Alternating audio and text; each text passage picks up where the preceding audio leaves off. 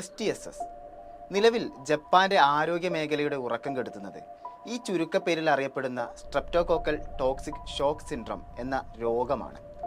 30% മരണനിരക്കുള്ള, പിടിപെട്ടാൽ 48 മണിക്കൂറുകൾക്കകം മരണത്തിനടക്കം കാരണമായി തീർന്നേക്കാവുന്ന രോഗം ബാധിച്ച് ഈ വർഷം ഇതുവരെ ജപ്പാനിൽ 1000-ലധികം ആളുകളാണ് മരണപ്പെട്ടിരിക്കുന്നത്. ഈ സംഖ്യ കഴിഞ്ഞ ഒരു വർഷം ഇതേ രോഗം മൂലം മരണപ്പെട്ട ആളുകളെക്കാൾ കൂടുതലുമാണ്.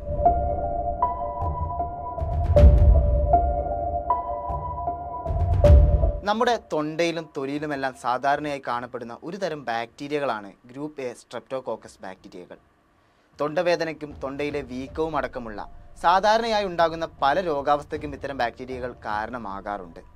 എന്നാൽ ഈ ബാക്ടീരിയ രക്തത്തിലും പേശിയിലും പടരുന്നത് മൂലമുണ്ടാകുന്ന ഗുരുതരമായൊരു രോഗാവസ്ഥയാണ് STSS. ശരീരത്തിലെ പേശികളെയും ചർമ്മത്തിനെയും കോശങ്ങളെയും അടക്കം നശിപ്പിക്കാൻ കഴിയുന്ന തരത്തിലുള്ള വിഷാംശങ്ങൾ ഈ ബാക്ടീരിയക്ക് ഉൽപ്പാദിപ്പിക്കാൻ കഴിയും. ഇതുപയോഗിച്ച് അണുബാധയുണ്ടായ ഇടങ്ങളിലെ കോശങ്ങളെയും പേശികളെയും പെട്ടെന്ന് ഇവ നശിപ്പിക്കുകയും ചെയ്യുന്നു. ഇത് കാരണം ഇവ ഫ്ലഷ് ഈറ്റിംഗ് അഥവാ മാംസം തീനി ബാക്ടീരിയകൾ എന്നും അറിയപ്പെടുന്നുണ്ട്. സാധാരണ രീതിയിൽ ഗ്രൂപ്പ് എ സ്ട്രെപ്റ്റോകോക്കസ് ബാക്ടീരിയകൾ പകർച്ചവ്യാധികൾക്ക് കാരണമായി തീരുന്നവയായതിനാൽ തന്നെ രോഗവ്യാപനത്തിൻ്റെ അളവും കൂടുതലാണ്.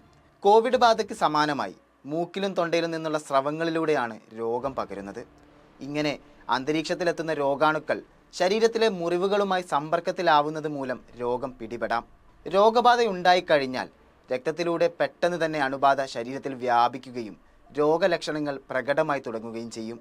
വിറയലും പനിയും പേശികളിൽ വേദനയും ഛർദിയും ഉണ്ടാകുമെന്നതാണ് ആദ്യ ലക്ഷണങ്ങൾ. തുടർന്ന് 24 മുതൽ 48 മണിക്കൂറുകൾക്കുള്ളിൽ രക്തസമ്മർദ്ദം കുറയുക, ആന്തരിക അവയവങ്ങൾ തകരാറിലാവുക, ഹൃദയമിടിപ്പ് വർദ്ധിക്കുക, ശ്വാസമെടുക്കുന്നതിൻ്റെ വേഗത കൂടുക എന്നീ ലക്ഷണങ്ങൾ കൂടി പ്രകടമായി തുടങ്ങുന്നു. നിലവിൽ ബാക്ടീരിയ മൂലമുണ്ടാകുന്ന രോഗങ്ങൾ ചികിത്സിക്കുന്നതിന് സമാനമായി ആൻറ്റിബയോട്ടിക്കുകൾ നൽകിയുള്ള ചികിത്സയാണ് STSSന് നൽകുന്നത്.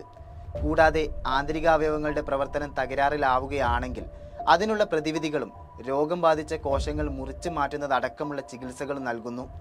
നിലവിൽ ഗ്രൂപ്പ് എ സ്ട്രെപ്റ്റോകോക്കസ് ഇൻഫെക്ഷന് പ്രതിരോധ വാക്സിനുകൾ ഒന്നും തന്നെ ലഭ്യമല്ല.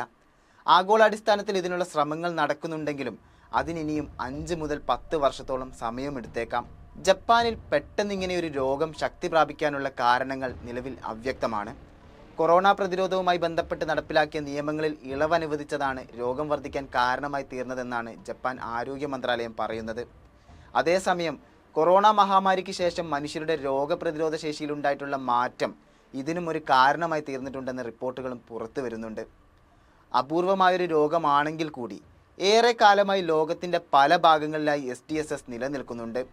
രോഗം വരാതിരിക്കാൻ കൊറോണ പ്രതിരോധത്തിന് സമാനമായി വ്യക്തി ശുചിത്വത്തിൽ കണിശത പുലർത്തുന്നതിൽ ശ്രദ്ധിക്കുക എന്നുള്ളതാണ് പ്രധാനം. നിലവിൽ ജപ്പാനിലുണ്ടായിരിക്കുന്ന രോഗവർദ്ധനവ് മറ്റു രാജ്യങ്ങൾ ഏറെ ശ്രദ്ധയോടെയാണ് നിരീക്ഷിക്കുന്നത്.